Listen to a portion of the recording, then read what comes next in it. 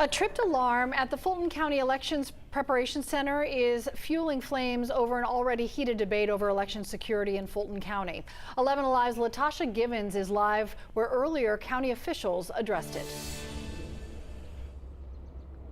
That's right, Cheryl. This security breach is giving people who question the election results more ammunition. But officials insist the voting ballots were secure before, during, and after the alarm went off. Over the weekend, officials tell us a motion sensor triggered an alarm at the elections warehouse. And when Douglas County deputies went to check it out, they found an open door. That door led to a hallway on the second floor. Officials told us video shows deputies entering the building, and they say that video also shows the area where voting ballots are kept, and a secondary door leading to those documents was never breached. Here's more from the Fulton County Commission Chair, Rob Pitts, and Garland Favorito, one of the plaintiffs who is suing the Fulton County Board of Elections.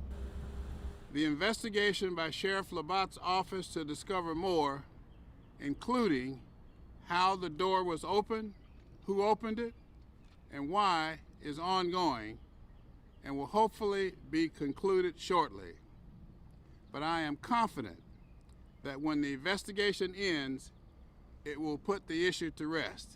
There seems to be kind of a laissez-faire attitude about something that's incredibly serious, and it's of interest to the entire country. Former President Donald Trump released a statement saying he believes this is an example of election fraud. Although Georgia elections officials say through multiple investigations it was proven that there was no fraud, the Fulton County Sheriff's Office is investigating this incident. Back to you. Arrest warrant.